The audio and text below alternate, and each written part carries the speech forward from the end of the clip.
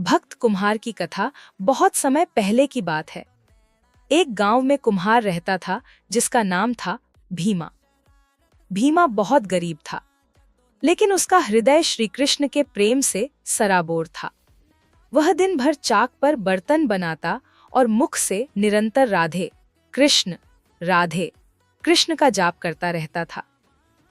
एक बार उस क्षेत्र में भयंकर अकाल पड़ा। भीमा के पास मिट्टी खरीदने तक के पैसे नहीं बचे। वह दुखी होकर मंदिर गया और बोला, हे माधव, अगर मैं मिट्टी के बर्तन नहीं बनाऊंगा तो आपको भोग क्या लगाऊंगा, और मेरी झोपड़ी में विराजित आपकी छोटी सी मूर्ति को नए पात्र कहां से दूंगा। उस रात श्री कृष्ण भीमा के सपने में आए और कहा, भीमा, चिंता मत कर। कल सुबह गांव के बाहर जो नदी सूखी है उसके किनारे जाना। वहां तुझे सबसे उत्तम मिट्टी मिलेगी। भगवान बने मजदूर अगले दिन जब भीमा वहां पहुंचा तो उसने देखा कि मिट्टी तो बहुत गहराई में है। बूढ़ा भीमा इतनी खुदाई नहीं कर सकता था। तभी वहां एक सांवला सा बालक आया जिसके सिर पर मोर पंख लगा था। उसने कहा, बाबा, क्या मैं आपकी मदद करूं? भीमा उसे पहचान नहीं पाया और बोला, बेटा, तुम इतने छोटे हो, यह भारी काम कैसे करोगे? बालक मुस्कुराया और बोला, आप बस भजन गाइए, काम मैं कर दूंगा।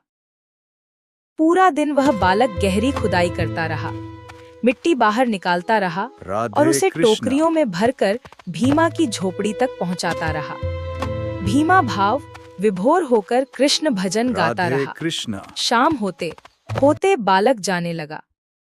भीमा ने उसे मजदूरी देने की कोशिश की, पर बालक ने मना कर दिया और कहा, बाबा, आपकी आंखों में जो प्रेम है वही मेरी मजदूरी है।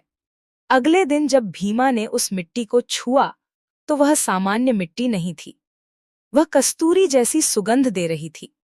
जब उसने उन बर्तनों को पकाया तो वे सोने की तरह चमकने लगे।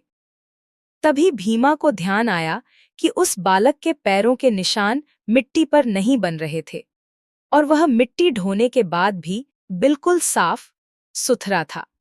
भीमा फूट फूट कर रोने लगा। उसने समझ लिया कि सांवला सलोना कोई और नहीं, स्वयं जगन्नाथ थे। यह कथा हमें सिखाती है कि भगवान को पाने के लिए बड़े अनुष्ठानों की आवश्यकता नहीं है। यदि भक्त का पुकार सच्चा हो तो भगवान स्वयं उसके कार्यों में मजदूर बनने को भी तैयार हो जाते हैं।